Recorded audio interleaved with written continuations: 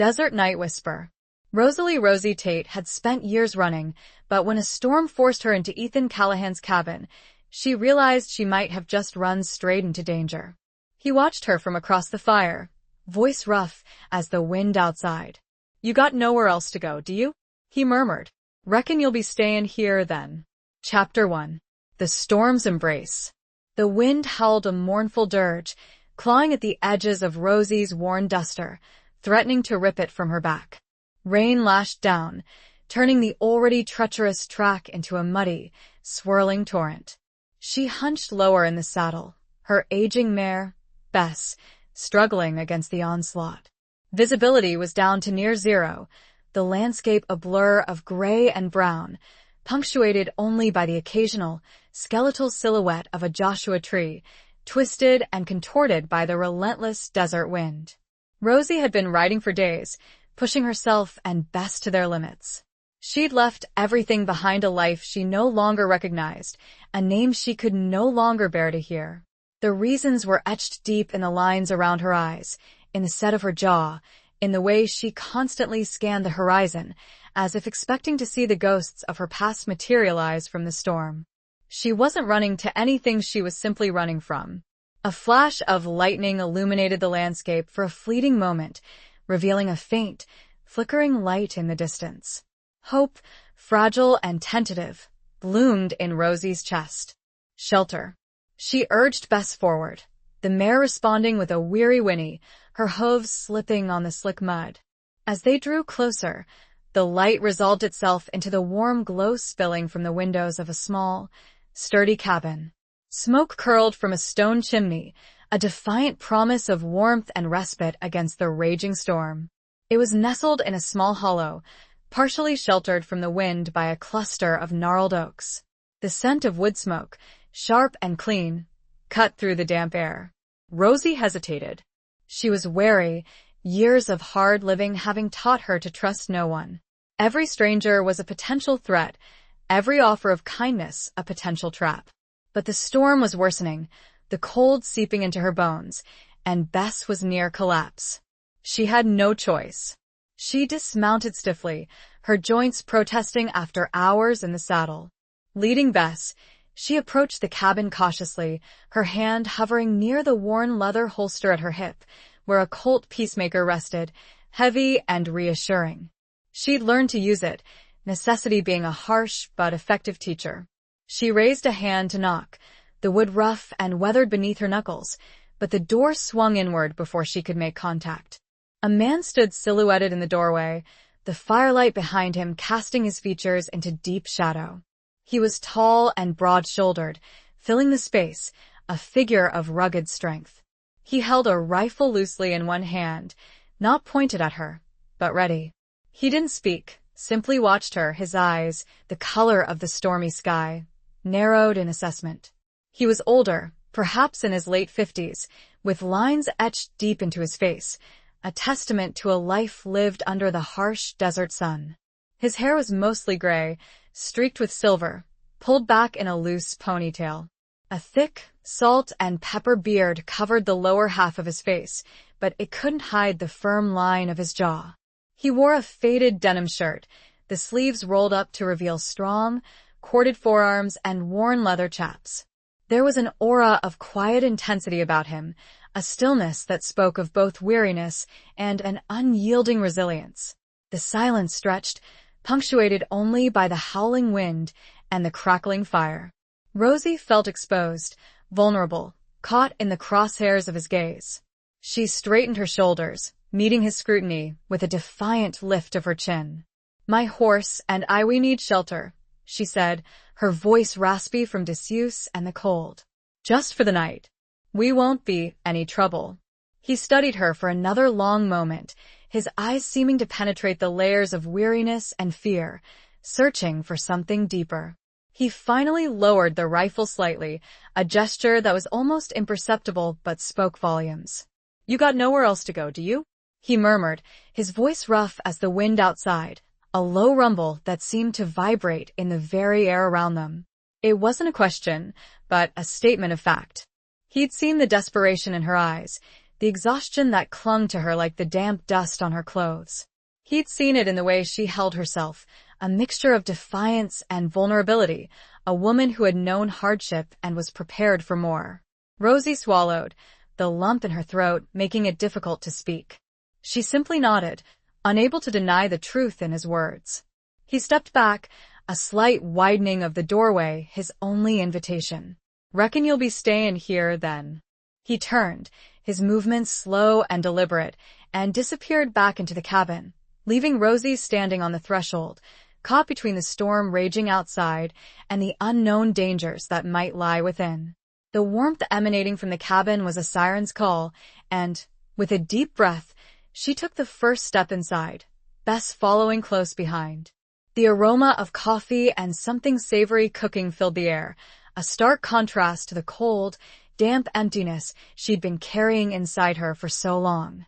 She felt a tremor run through her, not entirely from the cold. Something about this place, about this man, felt different, and she wasn't sure if that was a good thing or a bad thing. Chapter 2. A Cabin of Secrets. The cabin was small, but surprisingly well kept. A single room served as both living area and kitchen, with a large stone fireplace dominating one wall. A pot hung over the flames, simmering with a stew that sent delicious aromas wafting through the air. A rough-hewn wooden table and 2 chairs occupied the center of the room, lit by the flickering flames and a single oil lamp hanging from a beam overhead. Against the far wall, a narrow bed was neatly made, covered with a thick, patchwork quilt. A few shelves held a sparse collection of books, their spines worn and faded, and a couple of tin cups and plates. Everything was simple, functional, but possessed a certain rustic charm, a sense of order that belied the rugged exterior of its owner. There was a rifle rack above the fireplace, holding several well-oiled weapons, a clear indication that this was a home accustomed to the harsh realities of frontier life. Ethan Callahan hadn't said another word. He moved with a quiet efficiency, adding wood to the fire, stirring the stew, his movements economical and precise. He seemed to be deliberately ignoring her, giving her space, but Rosie was acutely aware of his presence, of the way his eyes occasionally flickered in her direction, assessing, observing. Bess stood just inside the doorway, her head drooping, her breath coming in ragged gasps. Rosie stroked the mare's damp neck, murmuring soothing words. "Easy, girl. We're safe now." Ethan finally glanced at the horse, his gaze softening slightly. "There's a lean-to out back," he said, his voice still low and gravelly. "She'll be sheltered there. Some oats in the bin, too." Rosie nodded her gratitude, relief flooding through her. "Thank you. I appreciate that." He grunted in response, a non-committal sound that could have meant anything. He gestured towards a bucket of water near the fireplace. "You can wash up. There's a towel on the peg." Rosie followed his instructions, gratefully splashing the cold water on her face and hands, washing away the grime and the weariness of the trail. The towel was rough but clean, smelling faintly of wood smoke and something else, something indefinably masculine, a scent that stirred a strange, unfamiliar feeling within her. She watched Ethan as she dried her hands, trying to decipher the enigma he presented. He was a man of few words, a man who seemed to carry the weight of the world on his shoulders. But there was a kindness in his eyes, a hint of something gentler hidden beneath the rough exterior. Or was she imagining it, projecting her own desperate need for human connection onto a stranger? "Rosie," she said suddenly, the name feeling foreign on her tongue after so long. She hadn't used it in months, preferring to remain anonymous, a ghost drifting through the vast emptiness of the West. "My name is Rosie." He turned to look at her, his gray eyes holding hers for a long moment. He didn't offer his own name in return, simply nodded, as if acknowledging her existence, her presence in his solitary world. "Hungry?" he asked, gesturing towards the stew. Rosie realized that she was ravenous. The adrenaline of the storm had masked her hunger, but now, in the warmth and safety of the cabin, her stomach rumbled insistently. She nodded, and he ladled a generous portion of the stew into a tin bowl, handing it to her along with a spoon. They ate in silence, the only sounds the crackling fire, the gentle clinking of spoons against tin, and the occasional whimper of the wind outside. The stew was simple but hearty, filled with chunks of venison and root vegetables, seasoned with herbs that Rosie couldn't quite identify. It warmed her from the inside out, chasing away the lingering chill. As she ate, Rosie studied the cabin more closely. There were small details that she hadn't noticed before. A faded photograph on the mantelpiece, showing a younger Ethan, smiling, with a woman and a young boy by his side. A family. A life he'd clearly had, a life that was now gone. The photograph was dusty, as if it hadn't been touched in years. A small, wooden carving of a bird, perched on one of the shelves, its wings outstretched in flight. It was intricately detailed, a delicate piece of art that seemed out of place in the otherwise austere surroundings. A sign of a softer side, a hidden passion. A worn book of poetry, lying open on the table, a passage marked with a faded ribbon. A man of contradictions, then. A rugged frontiersman who read poetry. These small details, these glimpses into his past, only deepened the mystery. Who was Ethan Callahan?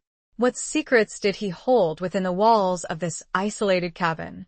And why had he allowed a stranger, a woman running from her own demons, to cross his threshold? She finished the stew, feeling a sense of unease settling over her.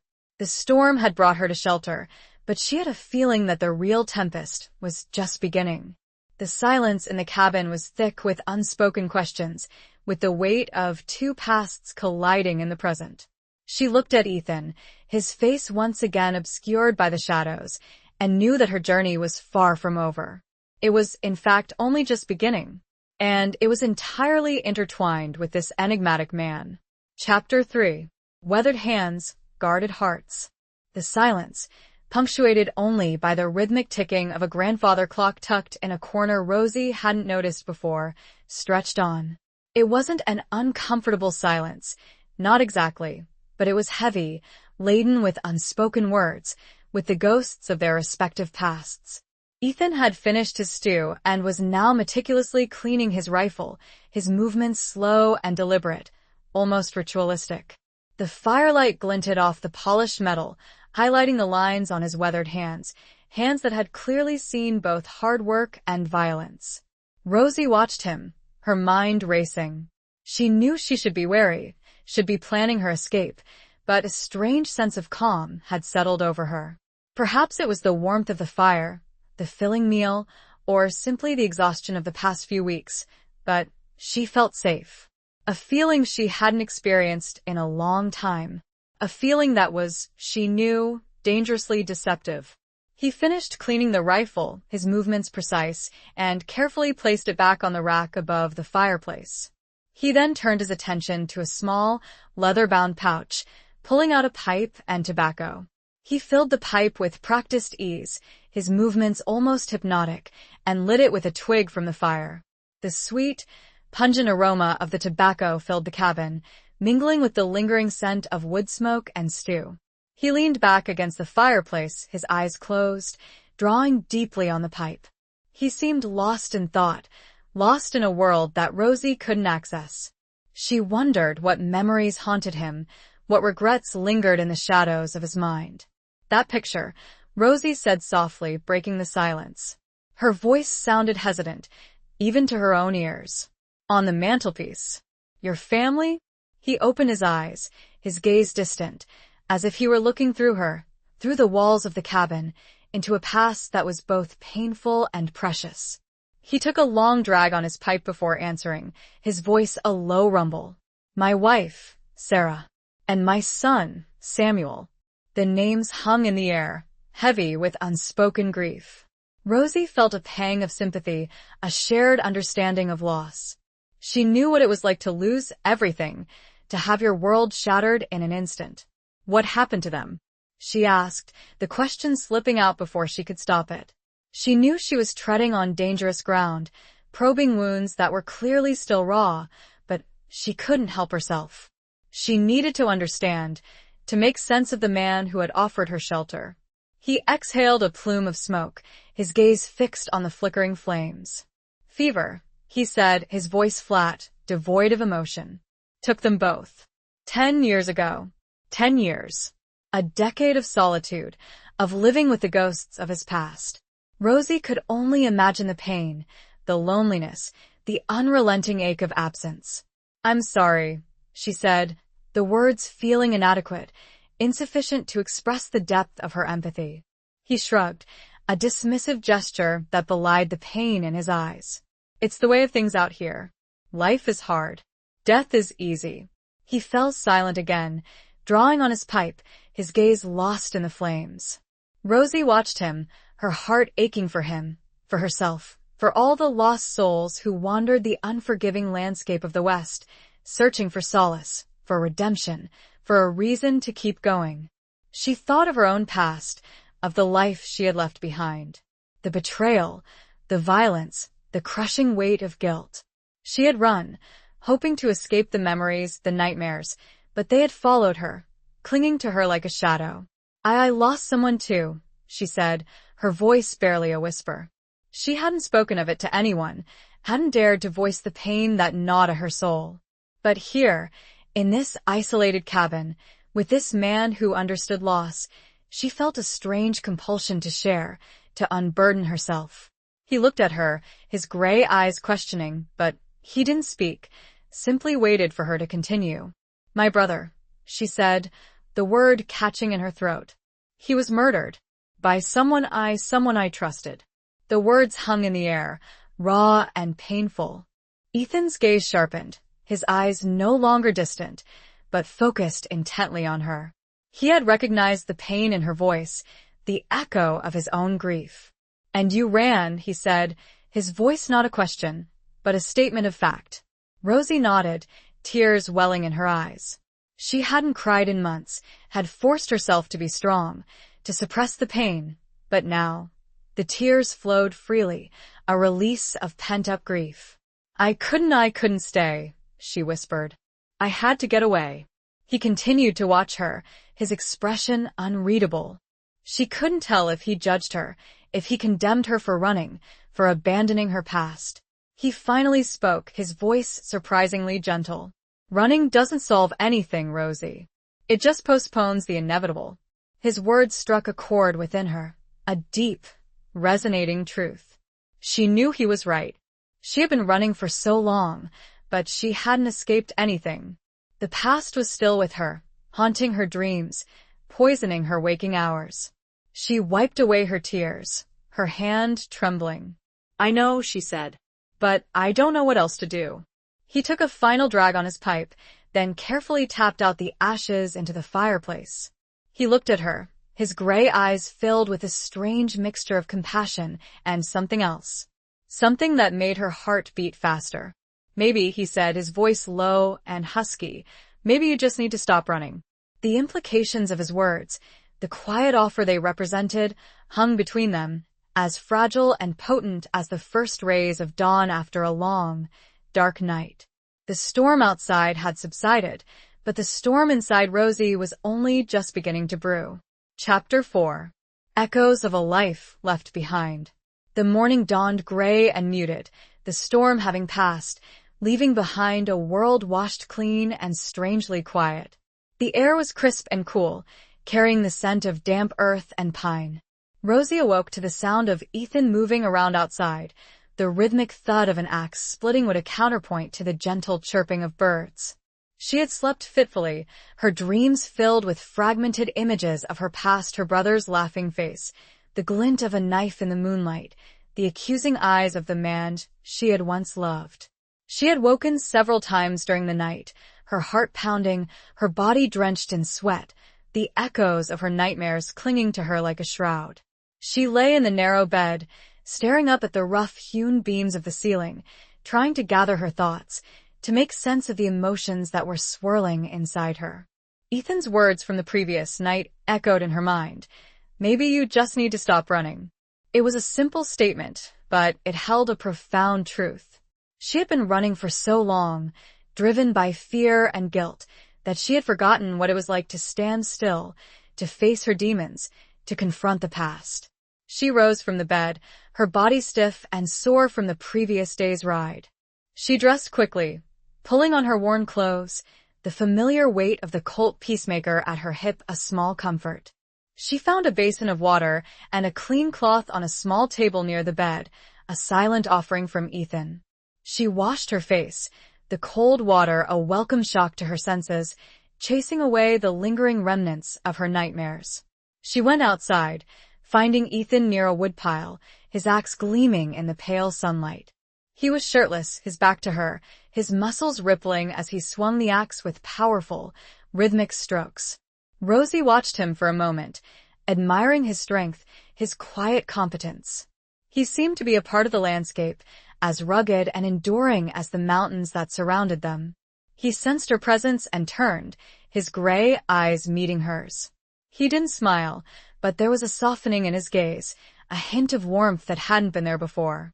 "Morning," he said, his voice still rough but less guarded. "Morning," Rosie replied, her voice a little shaky. She felt strangely vulnerable, standing there in the pale sunlight, the weight of her past pressing down on her. He leaned the axe against the woodpile and wiped his brow with a bandana. "Coffee's on," he said, gesturing towards the cabin. "And some biscuits if you're hungry." Rosie nodded, grateful for his simple offer of hospitality. They walked back to the cabin together, the silence between them comfortable, almost companionable. Inside, the cabin was filled with the rich aroma of coffee and freshly baked biscuits. Ethan poured her a cup, the tin cup warm in her hands. She took a sip, the strong, black coffee a welcome jolt to her system. They ate in silence, the simple meal a shared ritual, a moment of normalcy in their otherwise chaotic lives. Rosie found herself studying Ethan, trying to decipher the man behind the guarded exterior. He was an enigma, a man of contradictions. A rugged frontiersman who read poetry, a loner who had offered shelter to a stranger, a man haunted by his past but still capable of kindness. As she finished her coffee, Rosie decided to take a risk, to open up a little more, to share a piece of her past that she had kept hidden for so long. "My brother, his name was Caleb," she said, her voice hesitant. He was everything to me. We grew up together on a small ranch in Texas. Our parents died when we were young, so we only had each other." Ethan listened intently, his gaze fixed on her, his expression unreadable. He didn't interrupt, didn't offer any platitudes, simply allowed her to speak, to unburden herself. He was always protecting me," Rosie continued, her voice choked with emotion. "He was strong, fearless, always looking out for me. And I failed him." She paused, tears welling in her eyes. She had to force herself to continue, to speak the words that had haunted her for so long. "We got mixed up with the wrong crowd," she said, her voice barely a whisper. "A gang of outlaws, led by a man named Silas. I was young, naive. I fell for him. He was charming, charismatic, and dangerous." Ethan's gaze sharpened, his eyes narrowing slightly. He had heard the name Silas before. It was a name whispered with fear and loathing in the saloons and around campfires, a name synonymous with violence and betrayal. "Caleb tried to warn me," Rosie continued, her voice trembling. "He saw through Silas, saw the darkness in him. But I wouldn't listen. I was blinded by love, I thought. But it wasn't love. It was an illusion." She took a deep breath, trying to control her emotions. "One night there was a robbery. A stagecoach. Things went wrong. Caleb, he tried to stop it. He tried to protect the passengers. And Silas, he shot him. In cold blood." The words hung in the air, heavy with the weight of her guilt, her grief, her unbearable loss. She had seen it happen, had watched her brother fall, had been unable to do anything to save him. "I ran," she said, her voice flat, devoid of emotion. "I ran away from Silas, from the gang, from everything. I left Caleb, I left him there, alone." The silence that followed was deafening. Rosie felt exposed, vulnerable, ashamed. She had revealed her darkest secret, the burden she had carried for so long. She waited for Ethan's judgment, for his condemnation. But it didn't come. He simply looked at her, his gray eyes filled with a deep, profound understanding. He knew what it was like to lose someone you loved, to be haunted by the past, to carry the weight of guilt and regret. He reached out and gently touched her hand, his touch surprisingly tender. His calloused fingers sent sparks that were unfamiliar, stirring something buried within her heart. "We all make mistakes, Rosie," he said, his voice low and husky. "We all carry burdens. The important thing is what we do with them." He didn't release her hand, his gaze never leaving hers. The air around them was charged, filled with a silent electricity. Something was changing, shifting between them. The echoes of their pasts were still there, but they were no longer the only thing defining them. A new possibility, fragile and uncertain, was beginning to emerge. Chapter 5. The Price of Trust. The day unfolded slowly, the sun climbing higher in the sky, casting long shadows across the rugged landscape. Rosie helped Ethan with chores around the cabin, feeding the chickens, mucking out the small stable, and tending to a small vegetable garden he had managed to cultivate in a sheltered spot behind the cabin. It was simple work, physical and demanding, but it was also therapeutic. It allowed Rosie to focus on the present, to push aside the memories that constantly threatened to overwhelm her. She found a strange sense of peace in the rhythm of the work, in the shared silence with Ethan. He didn't ask her any more questions about her past, and she didn't volunteer any more information. They worked together, side by side, their movements gradually becoming more synchronized, more comfortable. There was a growing understanding between them, a silent acknowledgement of their shared pain, their shared need for redemption. As they worked, Rosie noticed small things about Ethan, details that she had missed before. The way he handled the animals with gentle care, his calloused hands surprisingly soft. The way he hummed softly to himself as he worked, a low, melancholic tune that seemed to echo the loneliness of the landscape. The way he occasionally glanced at her, his gray eyes filled with a mixture of curiosity and something else. Something that made her heart beat faster. In the afternoon, Ethan saddled his horse, a sturdy, muscular roan named Red. "Going into town," he said, his voice matter-of-fact. "Need to pick up some supplies." Rosie felt a pang of disappointment, a sudden reluctance to be left alone. She had grown accustomed to his presence, to his quiet strength, to the sense of safety she felt in his company. Can I come with you?"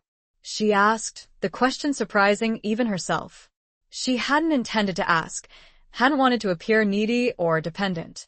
He looked at her, his gray eyes assessing, considering. He hesitated for a moment, as if weighing the risks, the potential complications. "It might not be safe," he said, his voice cautious. "This town, it's not always friendly to strangers." Rosie knew he was right. She had seen her share of rough towns, of lawless men, of places where a woman alone was an easy target. But she also knew that she couldn't stay hidden in the cabin forever. She needed to face the world, to confront her fears, to start rebuilding her life. "I can handle myself," she said, her voice firm, her hand instinctively resting on the Colt peacemaker at her hip. He studied her for another long moment, his gaze lingering on the gun. He seemed to see something in her eyes, a determination, a resilience, that convinced him. "All right," he said, a slight nod of his head. "But you stay close to me." "And you do what I say." Rosie nodded, a surge of relief flooding through her. She saddled Bess, her movements quick and efficient. She was grateful for the opportunity to leave the cabin, to see something other than the four walls that had become both her sanctuary and her prison. They rode together, side by side, the silence between them comfortable, companionable. The landscape was breathtaking, vast and untamed, a panorama of rolling hills, towering mesas, and deep canyons. The air was clear and crisp, carrying the scent of sagebrush and pine. As they rode, Rosie couldn't help but wonder about Ethan's life, about the town they were heading towards. What kind of place was it? What kind of people lived there? And what kind of reception would they receive? She knew that she was taking a risk, trusting a man she barely knew, a man who was clearly haunted by his own past. But she also felt a strange sense of connection to him, a feeling that she couldn't explain, a feeling that went beyond mere gratitude. She had a sense that this ride, This journey to town was about more than just picking up supplies. It was about trust, about facing her fears, about taking the first tentative steps towards a new life. And it was about Ethan, about the enigmatic man who had offered her shelter, about the secrets he held, about the connection that was growing between them, a connection that was as dangerous as it was alluring. The town, a cluster of weathered buildings huddled against the backdrop of a towering mesa, came into view, and Rosie felt a knot of apprehension tighten in her stomach. The price of trust, she knew, could be high, and she was about to find out just how much she was willing to pay. Chapter 6. Scars Beneath the Surface. The town, named Redemption, was a far cry from its hopeful moniker. It was a dusty, desolate collection of buildings, clinging precariously to the edge of the frontier. The main street was a wide, unpaved thoroughfare, lined with a motley assortment of structures, a saloon with swinging doors and the raucous sounds of piano music and drunken laughter spilling out onto the street, a general store with dusty windows and a weathered sign, a blacksmith shop with the clang of hammer against metal ringing out, and a sheriff's office with a single, barred window and a faded American flag hanging limply above the door. A few horses were hitched to rails outside the buildings, their heads drooping, their tails swishing lazily at flies. A couple of mangy dogs lay sprawled in the shade, their ribs showing through their matted fur. The people Rosie saw were a rough-looking bunch, their faces weathered and lined, their clothes dusty and worn. They eyed her and Ethan with suspicion, their gazes lingering on Rosie, a mixture of curiosity and hostility in their eyes. Ethan seemed unfazed by the scrutiny. He rode with a quiet confidence, his eyes scanning the street, his hand never far from the rifle slung across his saddle. He knew this town, knew its dangers, knew the undercurrent of violence that simmered beneath its dusty surface. They dismounted in front of the general store, Ethan looping Red's reins around a hitching post. He turned to Rosie, his gray eyes serious. "Stay close," he said, his voice low and firm. "Don't talk to anyone unless I tell you to. And keep your hand near your gun." Rosie nodded, her heart pounding. She felt a sense of unease, a prickling of her skin that warned her of danger. This town was not what she had expected. It was a place of shadows, of secrets, of unspoken threats. They entered the general store, the air inside thick with the smell of dust, leather, and spices. A thin, bespectacled man stood behind the counter, his eyes magnified by his thick lenses. He looked up as they entered, his gaze lingering on Rosie with a mixture of curiosity and disapproval. Ethan greeted the man by name, Elias. His tone was neutral, neither friendly nor hostile. Elias nodded curtly. "Ethan, what can I do for you?" Ethan listed his needs, his voice calm and measured.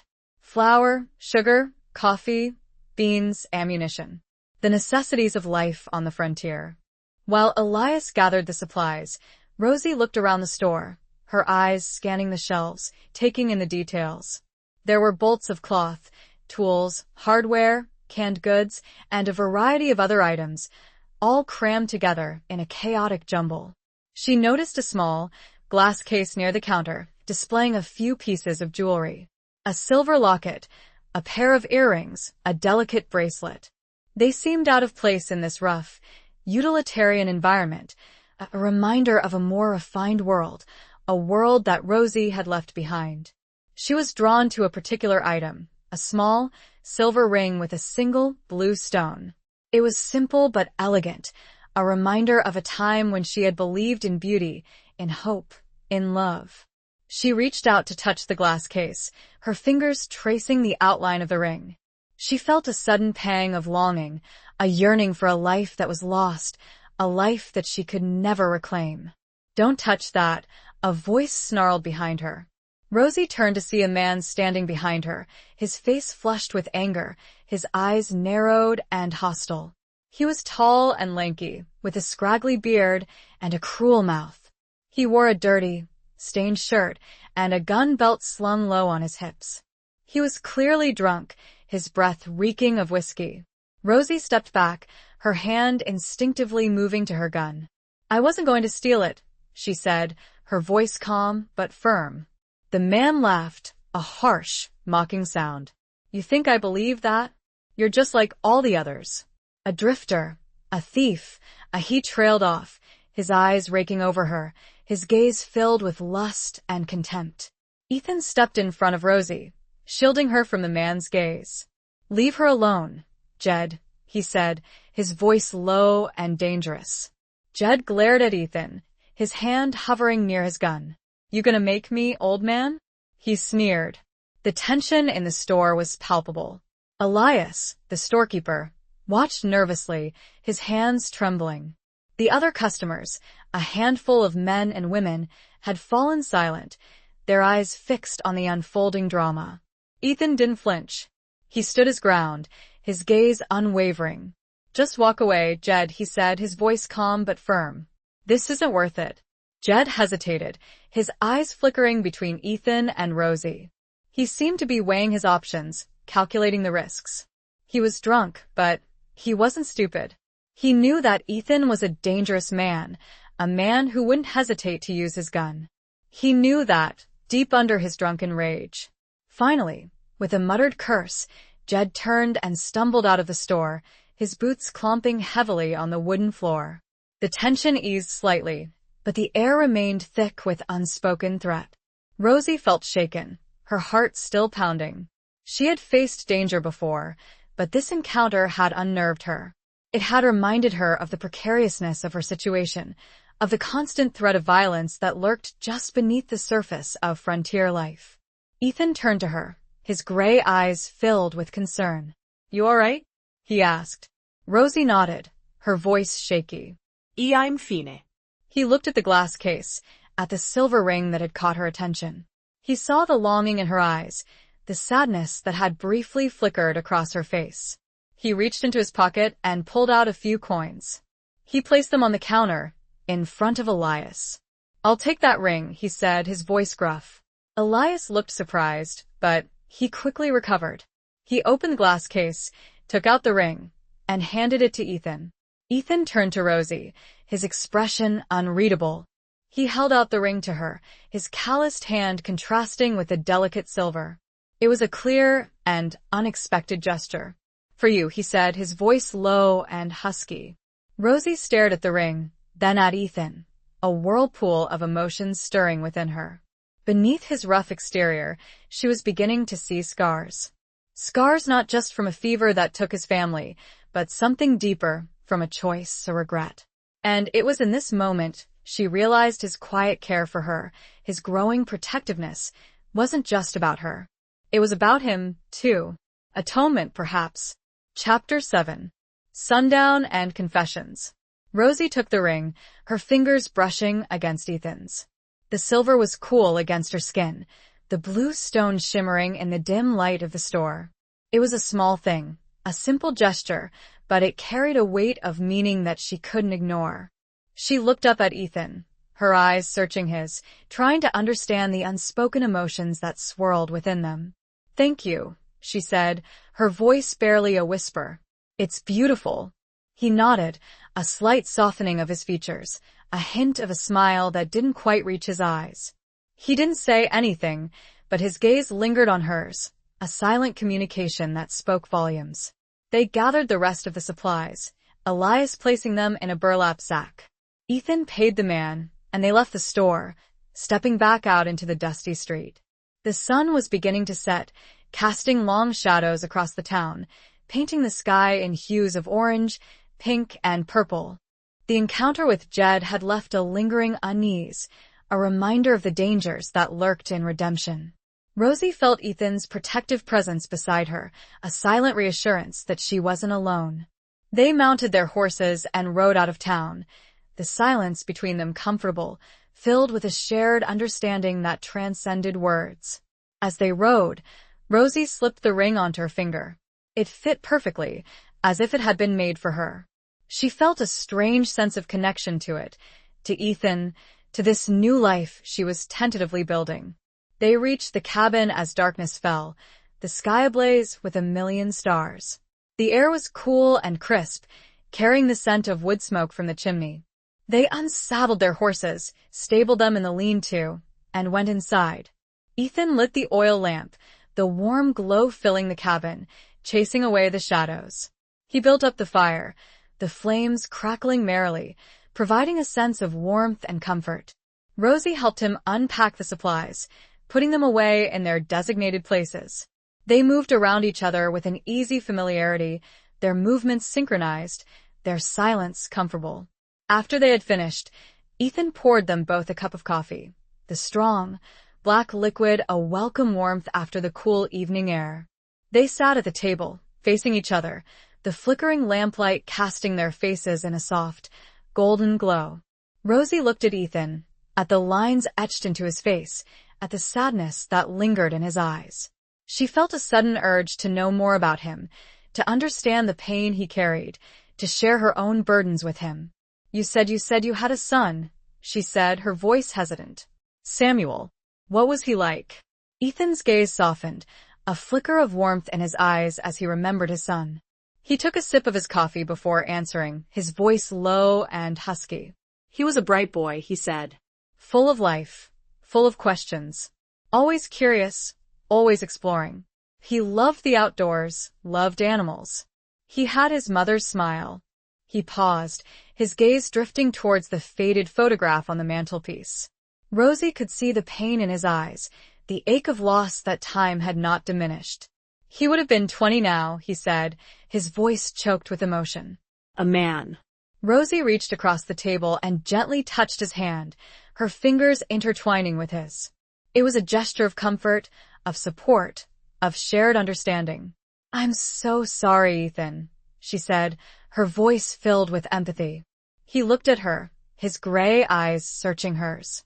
He saw the sincerity in her gaze, the compassion that flowed from her. He felt a connection to her, a bond forged in shared pain, in shared loss. He took a deep breath, and for the first time, he began to talk about his past, about the events that had shaped him, that had led him to this isolated cabin, to this solitary existence. "It wasn't just the fever," he said, his voice low and rough. "There was more to it. I made a mistake. A long time ago. A mistake that cost me everything." He paused, his gaze fixed on the flickering flames of the fire. Rosie waited patiently, her hand still holding his, offering silent support. "I was a sheriff," he said, his voice filled with a mixture of pride and regret.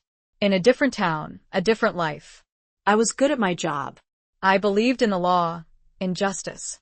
But I was also arrogant. I thought I was untouchable." He took another sip of his coffee, his hand trembling slightly. "There was a gang of outlaws, terrorizing the town. I was determined to stop them, to bring them to justice. I was reckless. I pushed too hard, too fast. I didn't listen to the warnings of my wife." He paused, his voice choked with emotion. "They retaliated. They attacked my home. Sarah, Samuel, they were caught in the crossfire. They were killed. Because of me. Because of my pride. My arrogance." The words hung in the air, heavy with the weight of his guilt, his self-blame, his unbearable loss. Rosie felt her heart ache for him, for the pain he had carried for so long. She tightened her grip on his hand, offering silent comfort, a silent promise of understanding. The confession had changed everything. The shared pain, the vulnerability laid bare, had created a bond, a deep and undeniable connection. The sundown had brought more than just darkness, it had brought truth, and with it, the fragile beginnings of something profound. Chapter 8. A shared meal, a shared past. Ethan's confession hung in the air, a palpable weight in the small cabin. Rosie didn't speak, didn't offer any platitudes or empty words of comfort. She simply held his hand, her presence a silent anchor in the storm of his emotions. She knew that words were inadequate, that only time and understanding could begin to heal the wounds he carried. After a long silence, Ethan withdrew his hand, his gaze fixed on the flickering flames of the fire. He seemed lost in his memories, lost in the pain of his past. Rosie watched him, her heart aching for him. She decided to break the silence, to shift the focus, to offer a distraction, a moment of normalcy. "I'm hungry," she said, her voice soft. How about we make some dinner? He looked up at her, his gray eyes still clouded with sadness, but there was a flicker of gratitude in their depths. He nodded, a slight movement of his head. They rose from the table and began to prepare a simple meal. Rosie found some potatoes and onions in the pantry, and Ethan retrieved a piece of smoked venison from a hook near the fireplace. They worked together, their movements synchronized, their silence comfortable. Rosie peeled and chopped the vegetables, while Ethan sliced the venison into thin strips. They worked without speaking, the only sounds the crackling fire and the rhythmic thud of the knife against the wooden cutting board. As they worked, Rosie found herself thinking about her own past, about the meals she had shared with her brother, Caleb. They had often cooked together, laughing and joking, sharing stories and dreams. Those memories were bittersweet, filled with both joy and pain. She glanced at Ethan, at his weathered face, at the sadness that lingered in his eyes. She wondered if he was thinking about the meals he had shared with his wife and son, about the laughter and love that had once filled this cabin. They cooked the venison and vegetables in a cast-iron skillet over the fire, the aroma filling the cabin, a comforting, homey scent. They added some spices that Rosie found on a shelf, a mixture of herbs that Ethan had dried himself. When the meal was ready, they sat at the table, facing each other. Ethan poured them each a glass of water, the tin cups clinking softly. They began to eat, the silence between them comfortable, filled with a shared understanding that transcended words. The food was simple but delicious, the venison tender and flavorful, the vegetables cooked to perfection. Rosie found herself eating with relish, her appetite returning after the emotional intensity of the evening. As they ate, Ethan began to talk again, his voice less guarded, his emotions more controlled. He spoke about his life before the tragedy, about his childhood on a ranch in Montana, about his early days as a lawman, about his courtship with Sarah. He spoke of his love for her, of her gentle spirit, of her unwavering support. He spoke of his son, Samuel, of his bright eyes, of his infectious laughter, of his love for animals. Rosie listened intently, her heart filled with empathy. She asked questions, prompting him to share more, to open up, to release the pain he had held inside for so long. She, in turn, shared more about her own past, about her childhood on the ranch in Texas, about her close relationship with her brother, Caleb. She spoke of his dreams, of his ambition to become a lawyer, to fight for justice, to make a difference in the world. She spoke of her own guilt, of her responsibility for his death, of her inability to forgive herself. She spoke of her fear, of her loneliness, of her desperate need to find a place where she belonged, a place where she could feel safe. As they shared their stories, their pasts, their pain, a bond formed between them, a connection that went beyond mere friendship. They were two lost souls, drawn together by circumstance, by shared grief, by a mutual need for redemption. They finished their meal, the silence returning, but it was a different silence now, a silence filled with understanding, with compassion, with the fragile beginnings of trust. Ethan rose from the table and began to clear the dishes. Rosie helped him, their movements synchronized, their hands occasionally brushing against each other, sending a spark of awareness between them. The air in the small space was growing thick, not with unspoken words, but with unspoken feelings. As they finished cleaning up, Rosie looked at Ethan, at his weathered face, at the gray eyes that now held a hint of warmth, a flicker of hope. The sharing of their pasts, the shared meal and the quiet chores afterward had not only cemented their bond, but had somehow managed to highlight how much the other was slowly coming to mean to them. He met her gaze, and for the first time, a small, genuine smile touched his lips. It was a fleeting expression, but it transformed his face, making him look younger, more hopeful. It was, Rosie thought, a glimpse of the man he had once been, the man he could be again. And it was a glimpse that made her heart ache with a longing she hadn't felt in years. Chapter 9. The Unforgiving Frontier. The next few days settled into a comfortable rhythm. Rosie and Ethan worked together, tending to the chores around the cabin, sharing meals, and talking. They spoke of their pasts, their dreams, their fears. They learned about each other, not just the facts of their lives, but the nuances of their personalities, the small details that made them who they were. Rosie discovered that Ethan had a dry wit, a subtle sense of humor that often caught her off guard. She learned that he loved to read, that he had a small collection of books that he treasured, that he often read aloud to her in the evenings, his voice a low, soothing rumble. Ethan, in turn, learned that Rosie had a fierce spirit, a resilience that belied her vulnerability. He discovered that she had a talent for drawing, that she often sketched the landscape around the cabin, capturing the beauty of the rugged terrain with a few deft strokes of a charcoal pencil. They took long walks together, exploring the surrounding area. Ethan showed her the hidden springs, the ancient Indian ruins, the places where he had hunted deer and elk. He taught her about the plants and animals of the desert, about the signs of the changing seasons, about the ways of the frontier. Rosie, in turn, shared her knowledge of horses, of healing herbs, of the skills she had learned growing up on a ranch. She helped him tend to Red, his horse, and to Bess, her mare. She taught him how to make poultices and salves from the plants they found, how to treat minor injuries and ailments. The bond between them grew stronger with each passing day, a deep connection forged in shared experience, in mutual respect, in a growing affection that neither of them dared to name. They were two lonely souls, finding solace in each other's company, finding a sense of belonging in this isolated cabin, in this unforgiving landscape. But the frontier was a harsh and unpredictable place, and their peaceful existence was soon shattered. One morning, as they were returning from a walk, they saw a plume of smoke rising in the distance, in the direction of redemption. Ethan's face hardened, his gray eyes narrowing. "Trouble," he said, his voice grim. They hurried back to the cabin, saddled their horses, and rode towards the town. As they drew closer, they could hear the sounds of gunfire, of shouting, of chaos. The sense of unease that Rosie had felt on their previous visit returned, stronger than ever.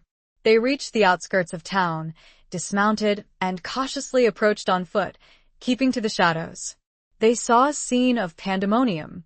The saloon was on fire, flames leaping from the windows, smoke billowing into the sky. Men were running through the streets, firing guns, shouting obscenities. Ethan recognized some of the men. They were members of a notorious outlaw gang, the same gang that had terrorized the town where he had been sheriff, the gang that had been responsible for the deaths of his wife and son. He felt a surge of anger, of hatred, of a desperate need for revenge. He had thought he had left that life behind, that he had escaped the violence and the bloodshed. But the past had caught up with him, had found him even in this remote corner of the West. He turned to Rosie, his face a mask of grim determination. "Stay here," he said, his voice hard. "I'll handle this." Rosie shook her head, her eyes filled with fear, but also with a fierce resolve. "No," she said. "I'm not leaving you. We're in this together." Ethan hesitated, his gaze searching hers. He saw the determination in her eyes, the courage that belied her fear. He knew that he couldn't protect her, that she had to face this danger with him. He nodded, a slight movement of his head. He drew his rifle, checked the load, and moved forward, Rosie by his side, her Colt Peacemaker drawn and ready. The unforgiving frontier had once again shown its true face. And in the face of its harsh reality, Rosie and Ethan, two unlikely allies, were forced to take a stand not just against outlaws, but together, against the ghosts of their own pasts that fueled the burning chaos. Chapter 10. Shadows of Redemption. The scene in Redemption was one of utter chaos. Buildings were ablaze, men were fighting in the streets, and the air was thick with smoke and the acrid smell of gunpowder. Ethan and Rosie moved cautiously, keeping to the shadows, their weapons drawn. They could hear the shouts of the outlaws, their taunts and jeers, their gleeful cries of destruction. Ethan recognized the leader of the gang, a tall, scarred man with cold, cruel eyes. It was Silas, the man who had murdered Rosie's brother. The man who was indirectly responsible for the deaths of Ethan's wife and son. Seeing him brought a surge of rage through Ethan, a burning desire for revenge that threatened to consume him. He forced himself to remain calm, to focus on the task at hand. He knew that recklessness would only lead to disaster. He had to be smart, had to be strategic. He had to protect Rosie, and he had to stop Silas and his gang. They moved through the back alleys, staying out of sight, trying to assess the situation. They saw several townspeople huddled in fear, hiding in their homes, praying for the violence to end. They saw others fighting back, trying to defend their town, but they were outnumbered and outgunned. Ethan spotted the sheriff, a young, inexperienced man, pinned down behind a water trough, exchanging fire with several outlaws. He was clearly overwhelmed, his face pale with fear. Ethan knew that he had to act quickly. He couldn't let Silas and his gang destroy this town, couldn't let them inflict more pain and suffering. He turned to Rosie, his gray eyes filled with a fierce determination. "I'm going to help the sheriff," he said. "You stay here, keep out of sight. If things get too bad, get out of town, go back to the cabin." Rosie shook her head, her eyes flashing. "No," she said. "I told you, I'm not leaving you. We're in this together. I can help." Ethan hesitated, his gaze searching hers. He saw the resolve in her eyes, the courage that burned brightly within her. He knew that she wouldn't back down, that she was determined to stand by his side. He nodded, a slight movement of his head. "All right," he said. "But stay close to me, and do exactly what I say." They moved together, stealthily approaching the water trough where the sheriff was pinned down. Ethan took aim and fired, his shots precise and deadly. He hit two of the outlaws, sending them sprawling to the ground. Rosie also fired, her shots surprisingly accurate. She hit another outlaw, wounding him in the arm. The sheriff looked up, his eyes widening in surprise and relief. He saw Ethan and Rosie, their faces grim and determined, their weapons smoking. "Ethan?" he said, his voice incredulous. What are you doing here?" Ethan didn't answer.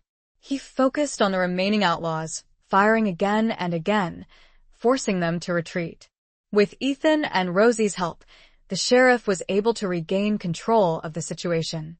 They pushed the outlaws back, driving them out of the town. Silas, seeing that the tide had turned, cursed and shouted to his men to retreat. They mounted their horses and rode away, disappearing into the desert.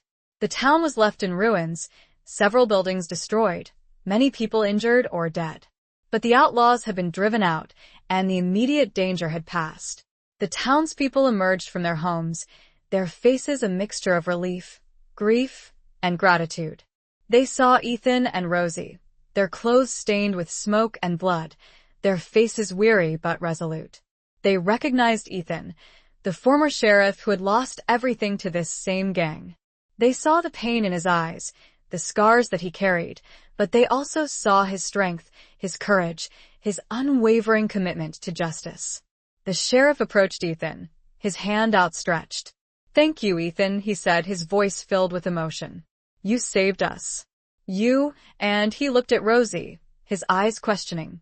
"This is Rosie," Ethan said, his voice gruff. "She helped me." The sheriff nodded, his gaze lingering on Rosie, a mixture of admiration and respect in his eyes. "Thank you, Rosie," he said. "You're both heroes." Rosie felt a strange mixture of emotions. Relief that the fighting was over, grief for the lives lost, and a sense of pride. She had stood by Ethan's side, had faced danger head-on, had helped to save this town. She looked at Ethan, his face still grim, but there was a flicker of something else in his eyes. Something that looked like peace. He had faced his demons, had confronted the ghosts of his past, and had emerged victorious. He looked at her, and there was something more, too. Love, respect, and a deep connection were clear. The shadows of redemption had, ironically, given them both a new lease on life, and on a future, together. Chapter 11. A glimmer of hope in the dust. The aftermath of the attack was a somber affair. The townspeople worked together to extinguish the remaining fires, to tend to the injured, and to bury the dead. The air was thick with smoke and the scent of burnt wood, a constant reminder of the violence that had transpired. Rosie and Ethan helped as much as they could, offering medical assistance, providing comfort, and assisting in the cleanup efforts. Rosie used her knowledge of healing herbs to treat minor injuries, while Ethan used his experience as a former sheriff to organize the townspeople and to assess the damage. They worked tirelessly, side by side, their bond strengthened by the shared experience, by the mutual respect and admiration that had grown between them. They were two individuals, scarred by their pasts, finding solace and strength in each other's presence. As the days passed, the town slowly began to recover. Buildings were repaired, businesses reopened, and life gradually returned to a semblance of normalcy. But the scars of the attack remained, a constant reminder of the fragility of life on the frontier, of the ever-present threat of violence. The sheriff, whose name was Ben, approached Ethan and Rosie one evening as they were sitting on the porch of a partially rebuilt home, watching the sunset. "I wanted to thank you both again," he said, his voice sincere. "You saved this town. You risked your lives for us, and we'll never forget that." Ethan nodded, his expression somber. "It was the right thing to do," he said. Ben hesitated, his gaze shifting between Ethan and Rosie. I know about your past, Ethan," he said. "About what happened to your family. I know that Silas was responsible." Ethan's face hardened, his eyes narrowing. He didn't speak, simply waited for Ben to continue. "I've been tracking Silas and his gang for months," Ben said. "They've been terrorizing the territory, robbing stagecoaches, attacking settlements. I've been trying to bring them to justice, but they're elusive, dangerous." He paused, his gaze fixed on Ethan. "I could use your help, Ethan," he said. "You know this territory, you know Silas, you know how he thinks. You could help me track him down, bring him to justice." Ethan looked at Rosie, his eyes questioning. He saw the concern in her gaze, the fear that she tried to conceal. He knew that she didn't want him to return to that life, to the violence and the bloodshed. But he also knew that he couldn't stand idly by while Silas continued to terrorize innocent people. He had a responsibility, a duty, to use his skills and experience to help bring this outlaw to justice. He turned back to Ben, his face resolute. "I'll help you," he said. Rosie felt a knot of apprehension tighten in her stomach. She understood Ethan's decision, but she couldn't help but fear for his safety. She knew that facing Silas again would be dangerous, that it would reopen old wounds, that it could cost him his life.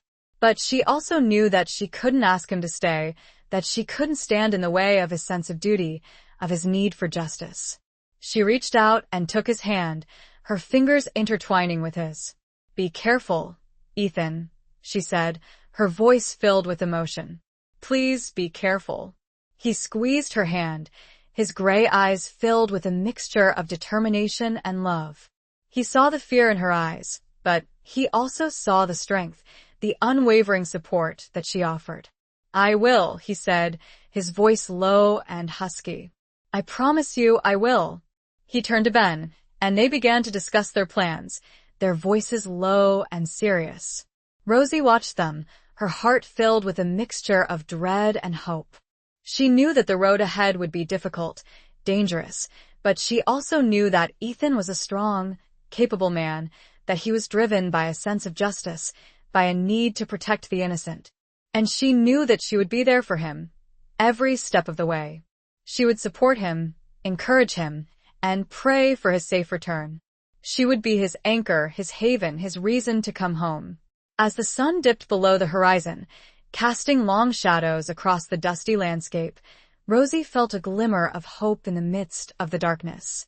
The attack on Redemption had been a tragedy, but it had also brought them closer together, had strengthened their bond, had revealed the depth of their feelings for each other.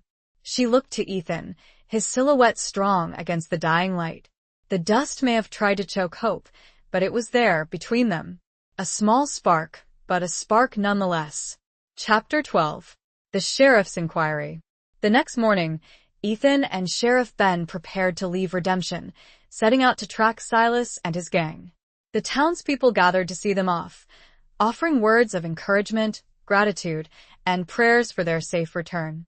Rosie stood beside Bess, her hand resting on the mare's warm neck, her eyes fixed on Ethan.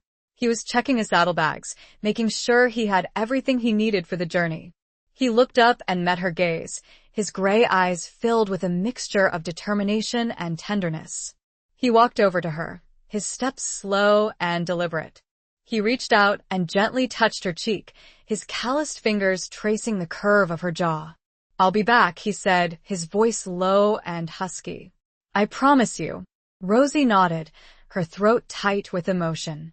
She wanted to believe him, to trust in his promise, but she couldn't shake the feeling of dread that gnawed at her. She knew the dangers he faced, the risks he was taking.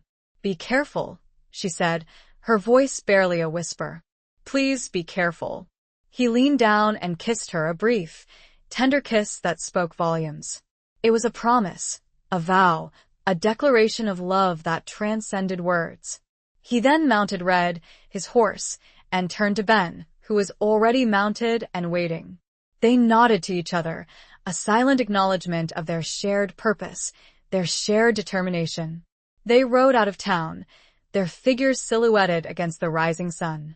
Rosie watched them until they disappeared from view, her heart heavy with a mixture of fear and hope.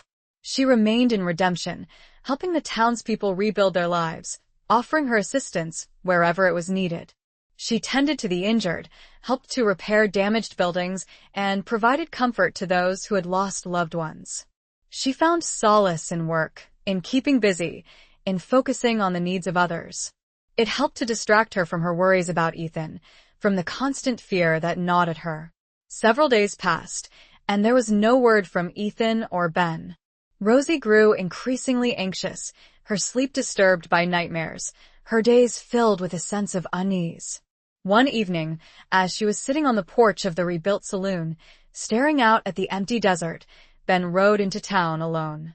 Rosie's heart leaped with a mixture of relief and dread. She rushed to meet him, her eyes searching his face for any sign of Ethan. Ben dismounted, his face grim, his clothes dusty and torn. He looked exhausted, defeated. "Where's Ethan?" Rosie asked, her voice trembling. "What happened?" Ben hesitated, his gaze avoiding hers. He took a deep breath, his shoulders slumping. "We tracked Silas and his gang to a canyon, about 2 days' ride from here," he said, his voice heavy. "There was a shootout. We were outnumbered, outgunned." Rosie felt a cold wave of fear wash over her. She gripped Ben's arm, her fingers digging into his flesh. "Ethan?" she said, her voice desperate. "What about Ethan?" Ben looked at her, his eyes filled with a mixture of sadness and pity. He was shot, Rosie, he said, his voice barely a whisper. He's gone." Rosie stared at him, her mind reeling. She couldn't comprehend his words, couldn't accept the reality of what he was saying. "No," she said, her voice shaking. "No, that's not possible. He promised he'd come back." Tears welled in her eyes, blurring her vision. She felt a crushing pain in her chest, a sense of loss so profound that it threatened to overwhelm her.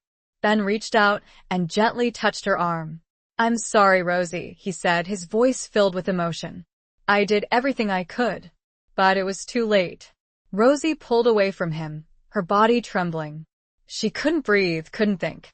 She felt as if the world had shattered around her, leaving her alone in a vast, empty darkness. She stumbled to a nearby bench, and she wasn't sure her legs would hold. The sheriff's inquiry had confirmed her worst fears. Ethan was gone, and with him, it felt as though her heart, too, had ceased to beat. The glimmer of hope was gone, replaced by an all-consuming darkness. Chapter 13. Whispers of Outlaws and Angels. Rosie refused to believe it. Ethan couldn't be gone. He had promised. He had kissed her. He had looked at her with such love, such determination. He wouldn't just disappear. Ben, despite his exhaustion and grief, tried to console her, offering words of comfort, of sympathy. But Rosie couldn't hear him, couldn't process his words. She was lost in a haze of disbelief, of denial, of a pain so profound that it numbed her senses. She spent the night in a daze, wandering through the town, her eyes searching for a familiar face, a familiar figure. She went to the saloon, where they had shared a meal, where they had talked and laughed. She went to the general store, where he had bought her the ring, the silver ring that now felt cold and heavy on her finger. She went to the edge of town, where they had watched the sunset together, where they had shared their dreams, their fears, their hopes. She stood there, staring out at the vast, empty desert, willing him to appear, to ride back into her life. But he didn't come. The next morning, the townspeople held a small memorial service for Ethan, a simple ceremony to honor his memory, to express their gratitude for his sacrifice. Rosie attended, but she felt detached, distant, as if she were watching the proceedings from afar. She listened to the words of praise, of remembrance, but they didn't register. She saw the tears of the townspeople, but she couldn't cry. She felt numb, empty, as if her soul had been ripped from her body. After the service, Ben approached her again, his face filled with concern. "Rosie," he said, his voice gentle, "I know this is hard, but you need to accept it. Ethan is gone." Rosie shook her head, her eyes fixed on the distant horizon. "No," she said, her voice firm. "I don't believe it. Something's not right. I can feel it." Ben sighed, his shoulders slumping. "Rosie," he said, "I saw him fall. I saw him die." Rosie turned to him, her eyes flashing. "You said you were outnumbered, outgunned," she said. "You said it was chaos. Are you absolutely sure? Did you see his body?" Ben hesitated, his gaze shifting. He looked uncomfortable, evasive. "Well, no," he admitted. It was too dangerous to stay. We had to retreat. But I'm sure he's dead. He was shot multiple times. No one could have survived that." Rosie felt a flicker of hope, a tiny spark in the darkness. "But you're not sure," she said. "You didn't see his body. There's a chance he's still alive." Ben shook his head, his expression pitying.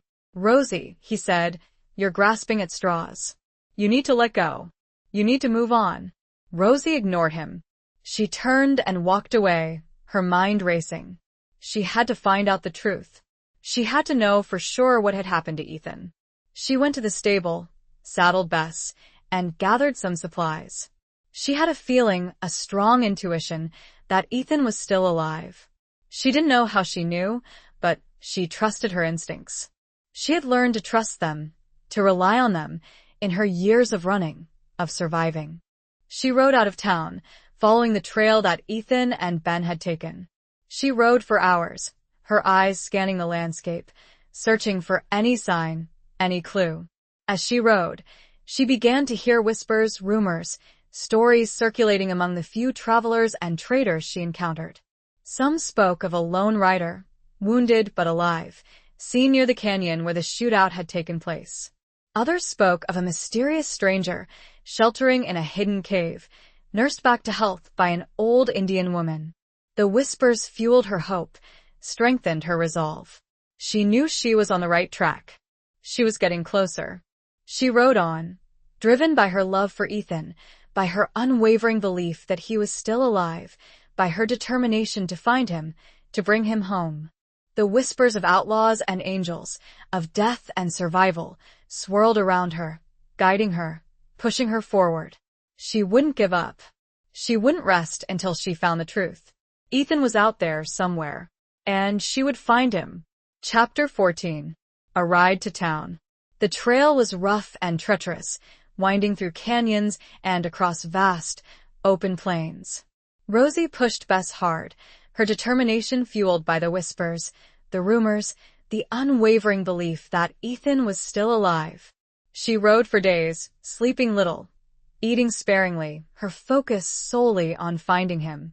She encountered few people along the way, mostly solitary travelers, prospectors, and traders.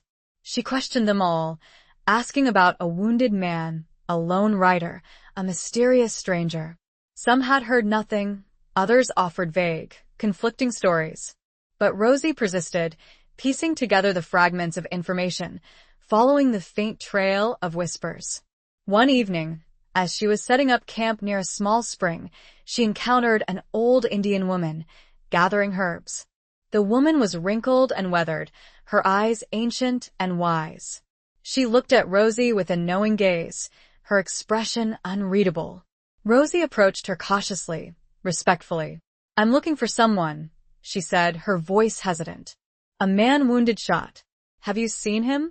The old woman studied her for a long moment, her eyes seeming to penetrate Rosie's soul.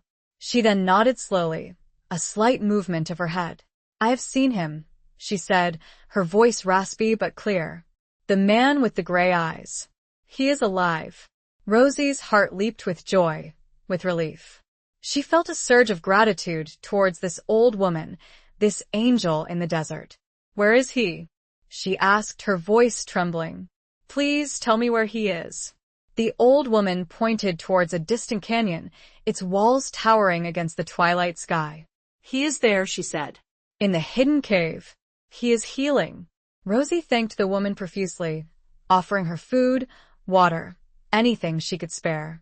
The old woman refused, simply smiled and said, "Go to him.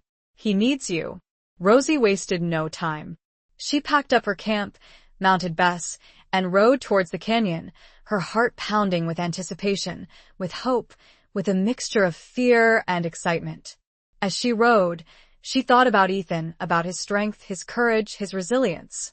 She thought about his love for her, the promise he had made, the kiss he had given her before he left. She knew that he was injured, that he was weak, but she also knew that he was a fighter, that he wouldn't give up easily. She had to get to him, to help him, to care for him, to bring him back to health. She reached the canyon as darkness fell, the sky ablaze with a million stars. She found the hidden cave, a narrow opening in the rock face, concealed by a cluster of boulders. She dismounted, tied Bess to a nearby tree, and cautiously approached the cave. She could hear the faint sound of breathing, of movement, coming from within. She drew her Colt peacemaker, her hand trembling. She didn't know what to expect, who she might find inside. She took a deep breath and stepped into the cave, her gun held ready. The air inside was cool and damp, carrying the scent of earth and something else. Something familiar. Something that made her heart skip a beat.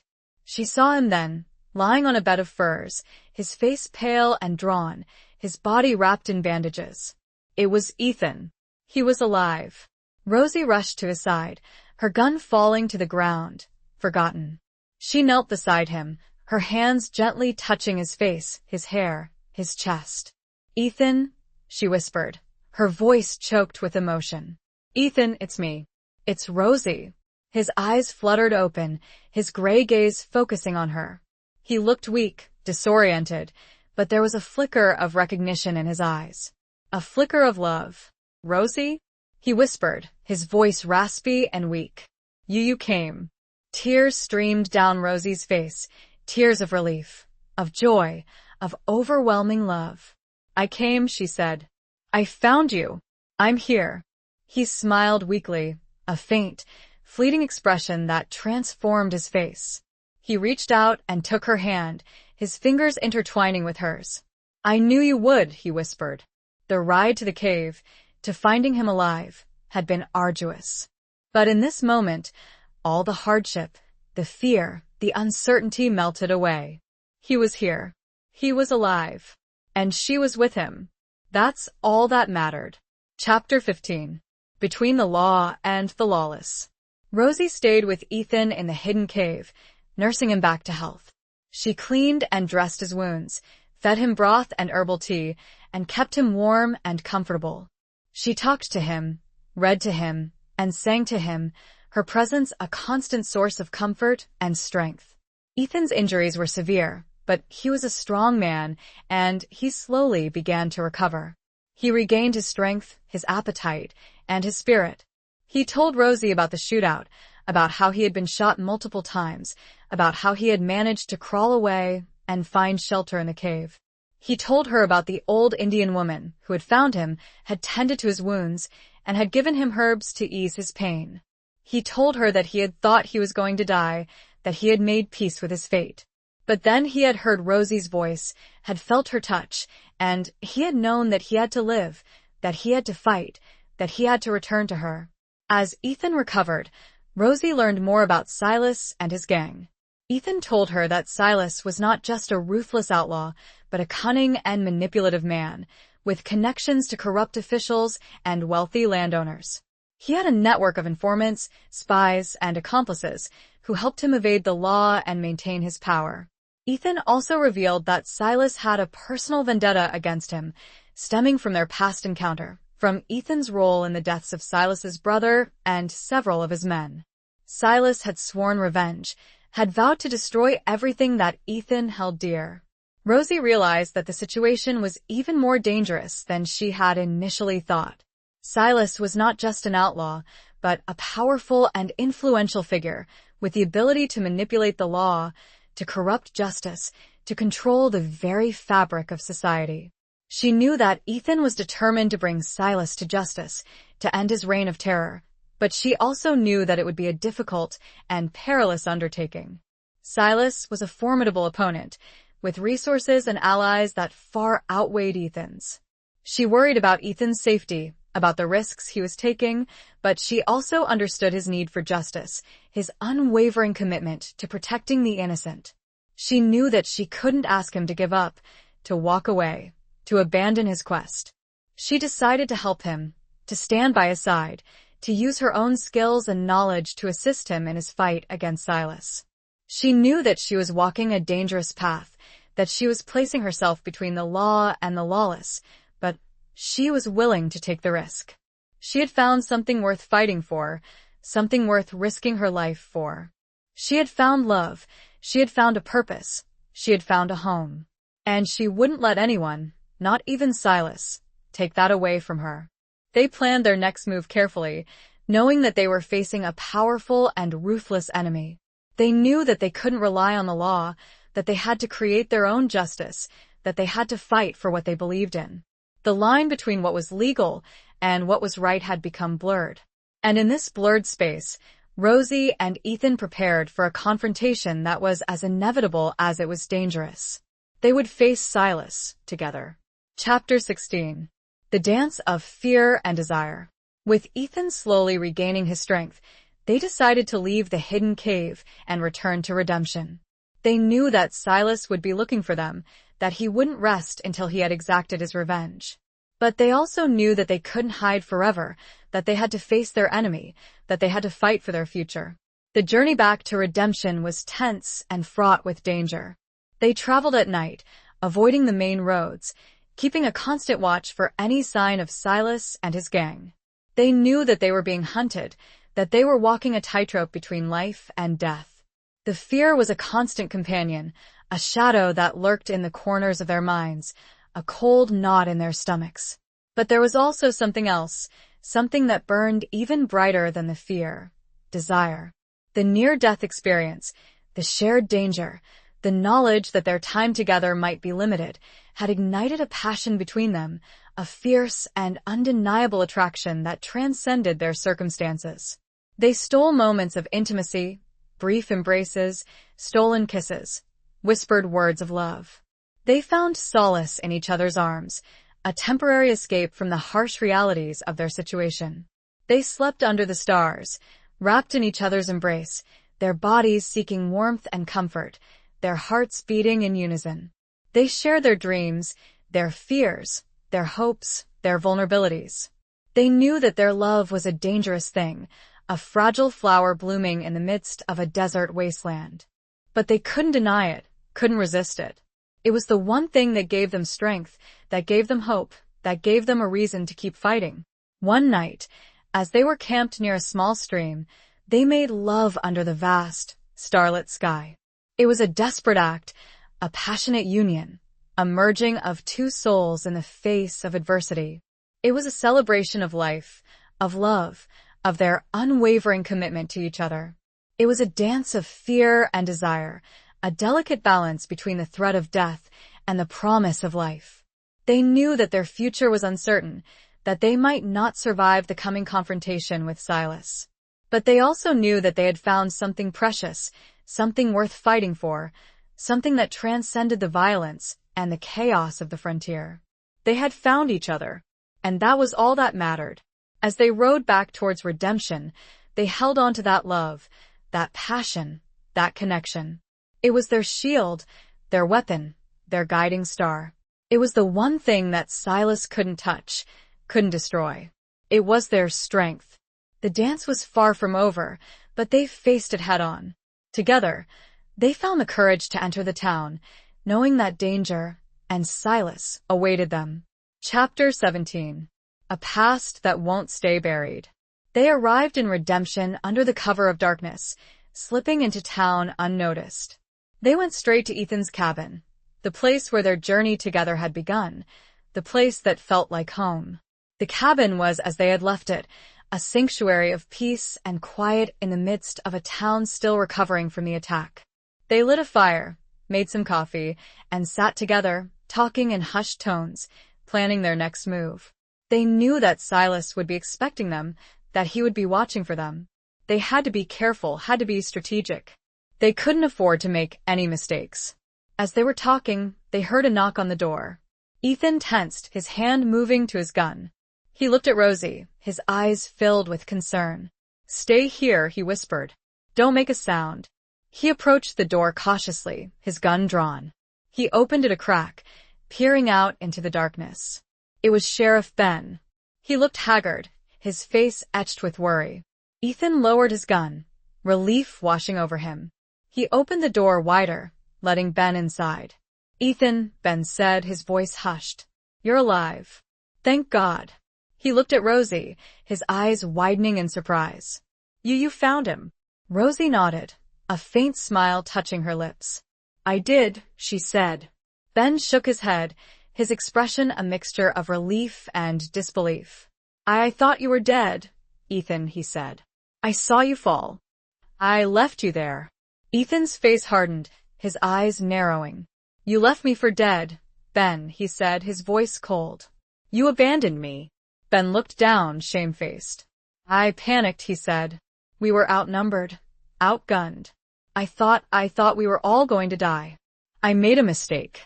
Ethan studied him for a long moment, his gaze unwavering. He saw the remorse in Ben's eyes, the guilt that weighed heavily on him. "We all make mistakes, Ben," he said, his voice softening slightly. "But we have to live with the consequences." Ben looked up, his eyes pleading. "I know," he said. "And I'm sorry." I'm truly sorry. "I want to make amends. I want to help you." Ethan hesitated, his mind racing. He didn't trust Ben completely, but he also knew that he needed allies, that he couldn't face Silas alone.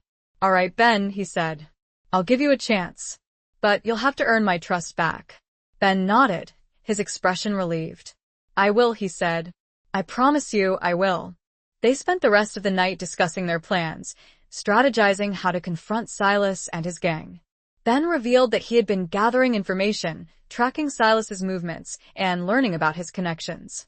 He told them that Silas had taken refuge in an old, abandoned fort located a few miles outside of town. The fort was heavily guarded, with a network of outposts and sentries. It would be a difficult place to attack. As Ben spoke, he unfurled a crudely drawn map of the fort and surrounding area. Rosie, looking closely at the map's details, noticed a small, almost imperceptible marking near a section of the fort's wall. "What's this?" she asked, pointing to the marking. Ben glanced at the map, his brow furrowing. "I'm not sure," he admitted. "It was already on the map when I acquired it. I assumed it was insignificant." Ethan leaned closer, his eyes scanning the marking. It looked like a small, stylized drawing of a bird or raven. A sudden, sharp memory pierced through him, a memory from his past, from his days as a sheriff in another town. "I know what that is," he said, his voice low and tense. "It's a secret passage, a way into the fort, bypassing the main defenses." He explained that he had encountered a similar marking before, during a case involving a gang of smugglers. The raven was a symbol, a code, used to indicate hidden entrances and escape routes. The revelation changed everything. It gave them a chance, a way to infiltrate the fort, to take Silas by surprise. But it also raised a disturbing question. Who had drawn that map? Who had known about the secret passage? And how had Ben come into possession of it? The past, it seemed, was refusing to stay buried. Secrets, long hidden, were beginning to surface, casting a shadow of doubt and suspicion over their fragile alliance. They were close to finding all the answers. But answers, Rosie knew, often came with a price. Chapter 18. blood on the horizon. The discovery of the secret passage on the map ignited a spark of hope, but it also cast a long shadow of suspicion. Ethan, Rosie, and Ben stared at the crude drawing of the raven, each lost in their own thoughts, grappling with the implications. "How did you get this map, Ben?" Ethan asked, his voice sharp, his eyes fixed on the sheriff. Ben hesitated, his gaze shifting nervously. He looked uncomfortable, evasive. "I told you," he said. "I acquired it. From an informant." "Who?" Ethan pressed. "Who was your informant?" Ben shook his head. "I can't tell you that," he said. "I have to protect my sources." Rosie studied Ben's face, searching for any sign of deception. She had learned to read people, to sense their hidden intentions during her years of running, of surviving. And she didn't like what she saw in Ben's eyes. There was something he wasn't telling them, something he was hiding. "Ben," she said, her voice calm but firm. "We need to trust each other. If we're going to take on Silas, we need to be honest with each other. We need to know everything." Ben looked at her, his expression conflicted. He seemed to be wrestling with his conscience, torn between his loyalty to his informant and his desire to help Ethan and Rosie. Finally, he sighed, his shoulders slumping. "All right," he said. "I'll tell you. But you have to promise me you won't reveal this to anyone." Ethan and Rosie nodded, their eyes fixed on Ben. "My informant was Silas's right-hand man," Ben said, his voice barely a whisper. "A man named Jed." Ethan and Rosie exchanged a shocked look. Jed. The drunk, the outlaw who had harassed Rosie in the general store. The man who had nearly started a fight with Ethan. He was working with Silas? Jed betrayed Silas, Ben continued. He was tired of the violence, the bloodshed. He wanted out. He offered to help me, in exchange for immunity for protection. Ethan's mind raced, trying to make sense of this new information. It was a risky proposition, trusting a man like Jed.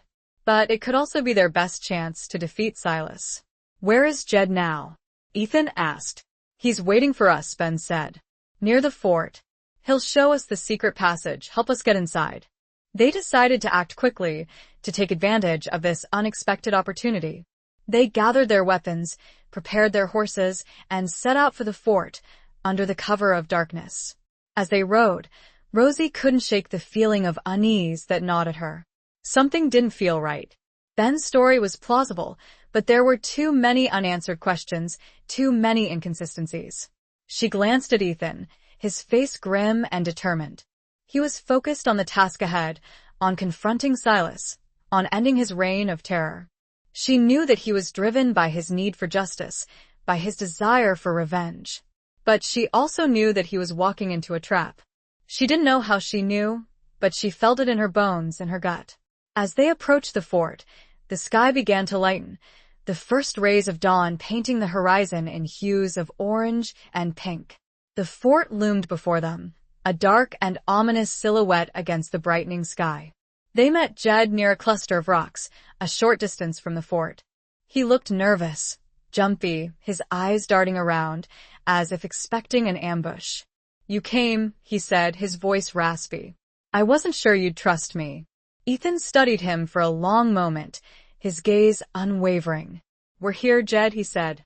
"Show us the way."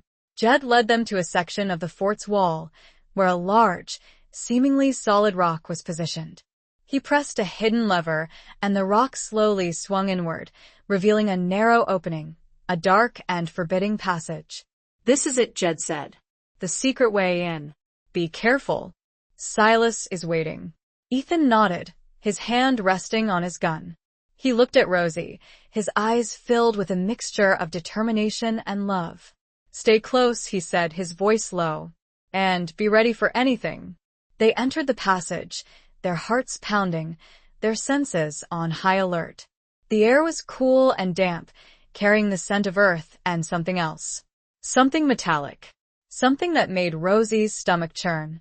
The scent of blood. As they moved deeper into the passage, they heard a faint sound, a muffled cry. They froze, listening intently. The cry came again, closer this time. It was a woman's voice. Rosie's blood ran cold. She knew that voice. It was a trap, and they had walked right into it. The horizon wasn't just stained with the rising sun. It was stained with blood. And it was about to be stained with more. Chapter 19. The Weight of Choices. The muffled cry echoed through the narrow passage, sending a chill down Rosie's spine. She recognized the voice, a voice filled with pain and terror. A voice she hadn't heard in years, but one she would never forget. "Sarah?" she whispered, her voice trembling. "Ethan, that's Sarah's voice." Ethan froze, his eyes widening in disbelief. Sarah, his wife. The woman he had believed to be dead for 10 years. The woman whose memory he had cherished, whose loss he had mourned. He couldn't comprehend it, couldn't process the possibility that she was alive. It was too much, too impossible. "It can't be," he said, his voice shaking. She's gone." But the cry came again, closer now, more desperate. There was no mistaking it. It was Sarah. Ethan's mind raced, trying to make sense of the situation. Had he been wrong? Had she survived the attack? Had Silas lied to him, used her as a pawn in his twisted game?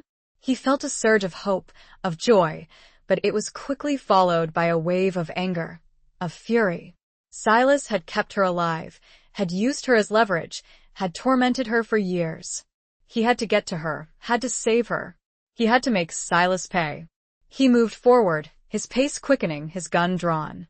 Rosie and Ben followed close behind, their own emotions a whirlwind of confusion, disbelief, and determination. They reached a large chamber, dimly lit by a few flickering torches. In the center of the chamber, tied to a chair, was a woman.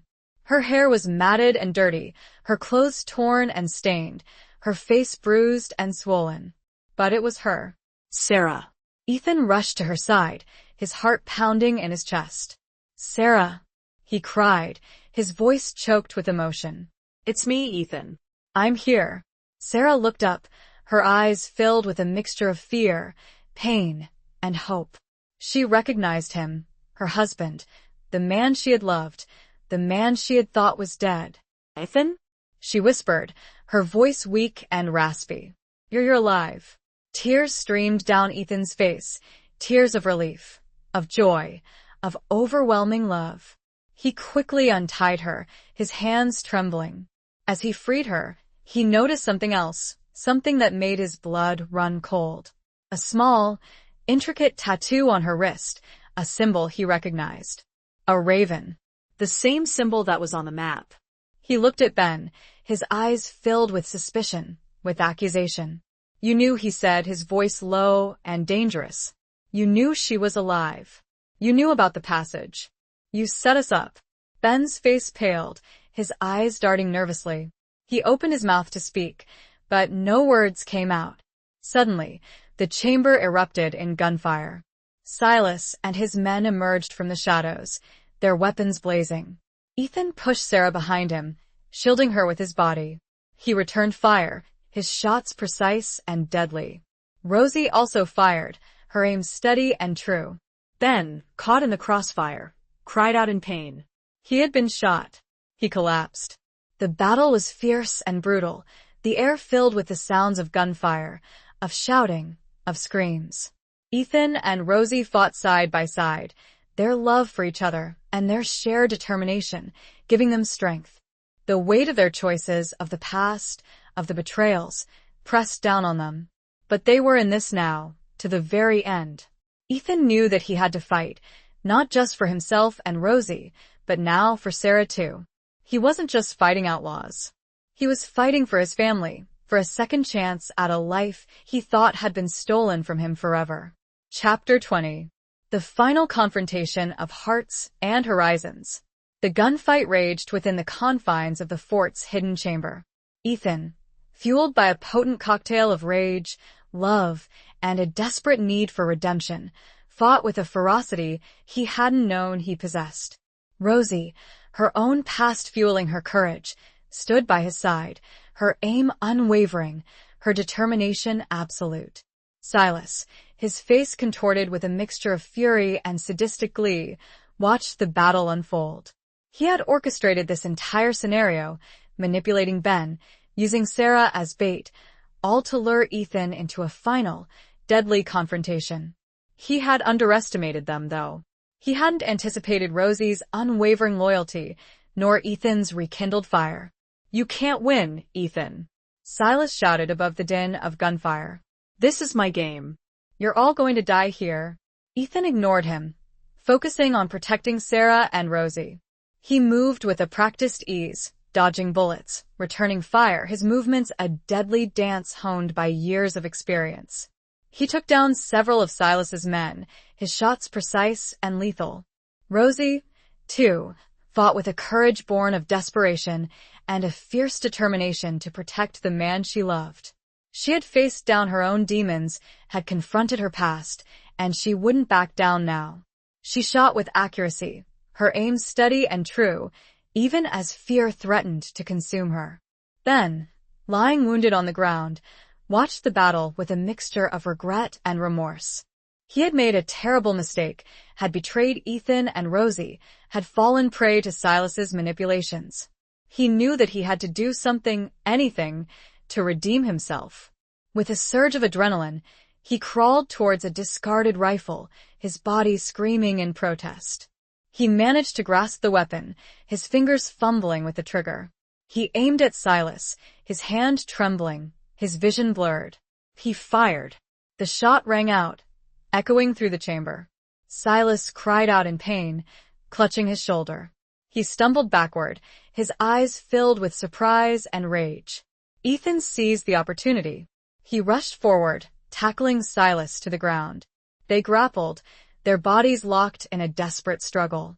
Ethan, fueled by years of pent-up anger and a burning desire for justice, overpowered Silas. He pinned him to the ground, his gun pressed against Silas's temple.